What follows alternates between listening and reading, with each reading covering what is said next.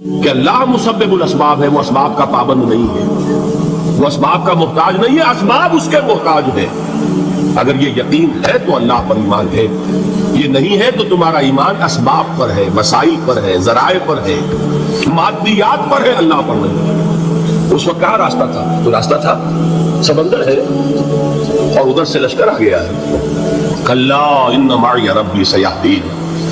اب دیکھیے ایمان کہہ دینا آسان ہے، ہوا معکم اینما کنتم، جہاں کہیں بھی تم ہوتے ہو اللہ تمہارے ساتھ ہوتا ہے، لیکن اس کا یقین قائم ہو جائے تو زمین و آسمان کا فرق واقع ہو جائے۔ یہی بات ہوئی حضور کے ساتھ۔ غار ہے، چھپے ہوئے ہیں محمد رسول اللہ اور آپ کے وہ یار غار ابو بکر صدیق رضی اللہ تعالی عنہ۔ اقبال نے حضرت ابو بکر کی شان میں چند اشعار ہیں صرف، لیکن واقعہ یہ ہے کہ بھاری بھاری نظموں پر اور قصیدوں پر بھاری، طویل ترین نظمیں اور قصیدے ہوں ان پر بھاری۔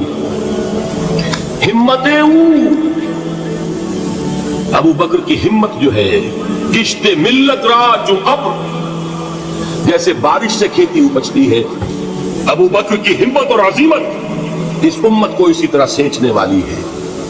ثانیے اسلام و غار و بدر و قبر،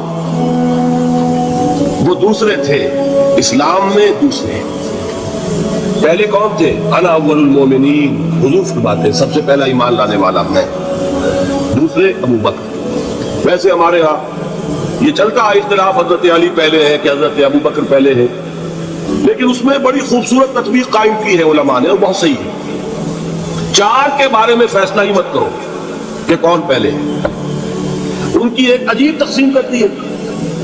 آزاد مردوں میں، بالغ مردوں میں سب سے پہلے ابو بکر، بچوں میں سب سے پہلے علی، خواتین میں سب سے پہلے خدیجہ، اور غلاموں میں سب سے پہلے زید ابن حارثہ۔ بڑی پیاری تقسیم ہے، یہ چاروں ہی پہلے ہیں، ہر ایک کے لیے اولیت ہے۔ اور واقعہ یہ ہے کہ اگر زمانی اعتبار سے تعین ہوگا تو پہلے خدیجۃ الکبریٰ آئیں گی رضی اللہ تعالی عنہ، کسی اور سے بات کرنے کی نوبت بعد میں آ سکتی ہے، پہلے تو اہلیہ محترمہ سے بات کی، آتے ہی پہلی وحی ہوئی ہے، ابھی تبلیغ کا حکم نہیں تھا۔ کس کو بتایا واقعہ؟ ابھی اپنی نبوت کی تبلیغ کا تو حکم ہی نہیں آیا۔ واقعہ کس کا ہے؟ وہ خدیجہ کا ہے۔ جب کہا ہے کہ خشیت علی نفسی، مجھے اپنی جان کا اندیشہ ہے، تو کیا جواب دیا خدیجہ نے رضی اللہ تعالی عنہا؟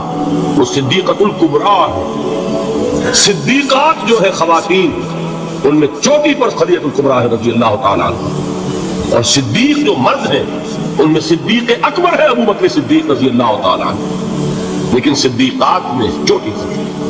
جب حضور نے فرمایا خشیت علی نفسی، کیا فرمایا، کیا عرض کیا، کیسے تسلی دی؟ نہیں، اللہ آپ کو ضائع نہیں کرے گا، آپ غریبوں کے ہمدرد ہیں، آپ مساکین کے تکالیف رفع کرنے والے ہیں، آپ بیواؤں کی سرپرستی کرتے ہیں، آپ مسافروں کی خدمت کرتے ہیں، اللہ آپ کو ضائع نہیں کرے گا۔ یہ یقین ہے اس خاتون کے اندر۔ خیر وہ ایک علیحدہ بات ہو جائے گی۔ میرے دل پر حضرت خدیجہ رضی اللہ تعالیٰ عنہ کی شخصیت کا بڑا گہرا نقش ہے، جو وہ کوئی اور ہی وقت اور موقع ہوا تو بیان ہوگا۔ بہرحال اقبال نے ایک مصرے میں جو چار اولیتیں جمع کر دی ہیں، ہمتیں کشت امت را جو ابر، ثانی اسلام و غار و بدر و قبر۔ اسلام میں حضور کے بعد پہلے کون؟ ابو بکر۔ غار میں حضور کے ساتھ کون؟ ابو بکر۔ بدر کی رات اللہ کا رسول سربسجود، وہ جھاڑ، وہ گھاس پھوس کی جو جھوپڑی بنائی گئی تھی، اور وہاں تلوار ننگی لے کر پہرا دینے والا کون؟ ابو بکر۔ اور اس حجرہ عائشہ میں محمد کے بعد سب سے پہلے دفن ہونے والا کون؟ ابو بکر رضی اللہ تعالی عنہ صلی اللہ علیہ وسلم۔ وہ جو معاملہ میں سنا رہا تھا غار ثور کا، حضرت ابو بکر بھی حضور کے خیال سے لرز گئے ہیں۔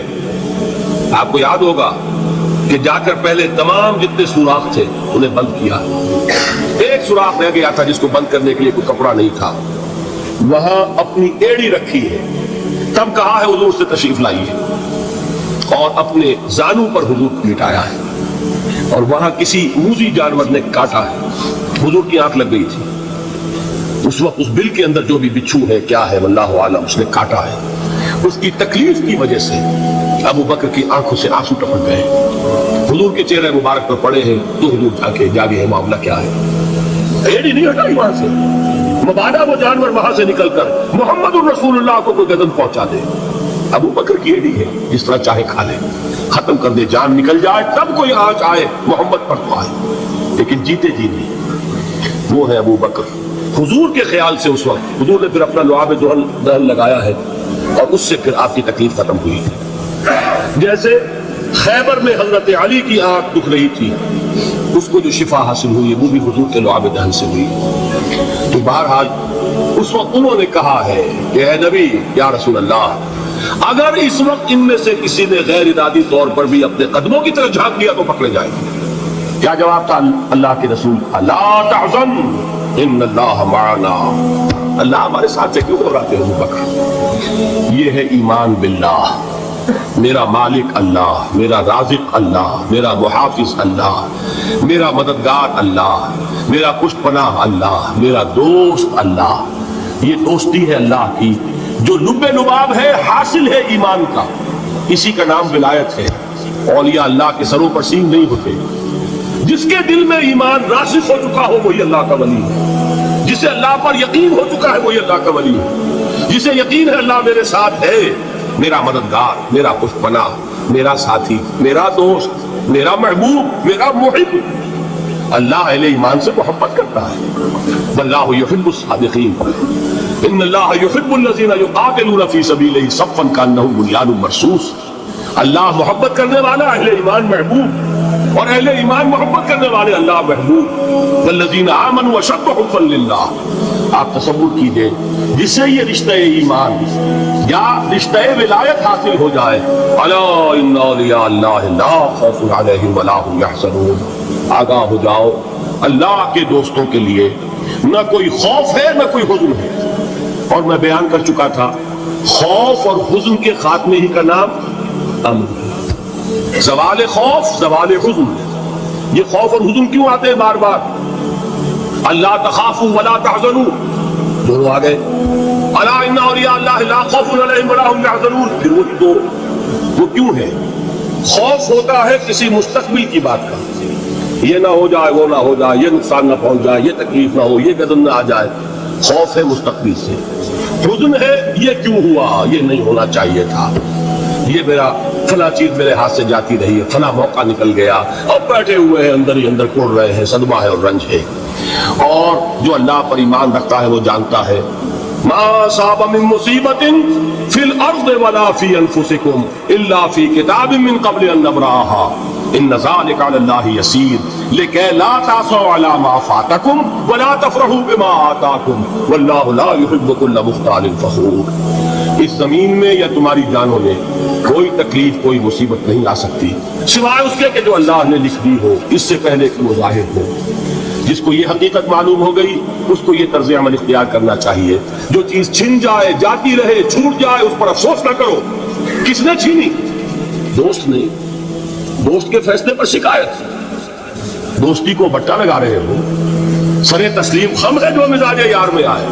اگر دوستی ہے تو پھر تو تمہیں گردن جھکانی چاہیے کہ ہر ساقی ماریخ عین الطاف، جو بھی میرا ساقی میرے پیالے میں ڈال دے اس کا کرم ہے، جو اس کی طرف سے آئے اس پر کوئی رنج نہیں، کوئی صدمہ نہیں، کوئی غم نہیں، کوئی شکایت نہیں، کوئی شکوہ نہیں، اور جو ہوگا وہ اس کے اذن کے بغیر نہیں ہوگا، اور اس کا اذن ہوگا تو یقیناً میرے لیے خیر ہی خیر ہے، چاہے وہ ناگوار شے ہو، بظاہر مجھے اچھی نہ لگ رہی ہو، میری شارٹ سائٹڈنس میں مجھے وہ نظر آ رہی ہے کہ میرے لیے بری ہے، لیکن قرآن نے کہا ہے عسیٰ ان تکرہوا شیئا وہو خیر لکم وعسیٰ ان تحبوا شیئا وہو شر لکم واللہ یعلم وانتم لا تعلمون۔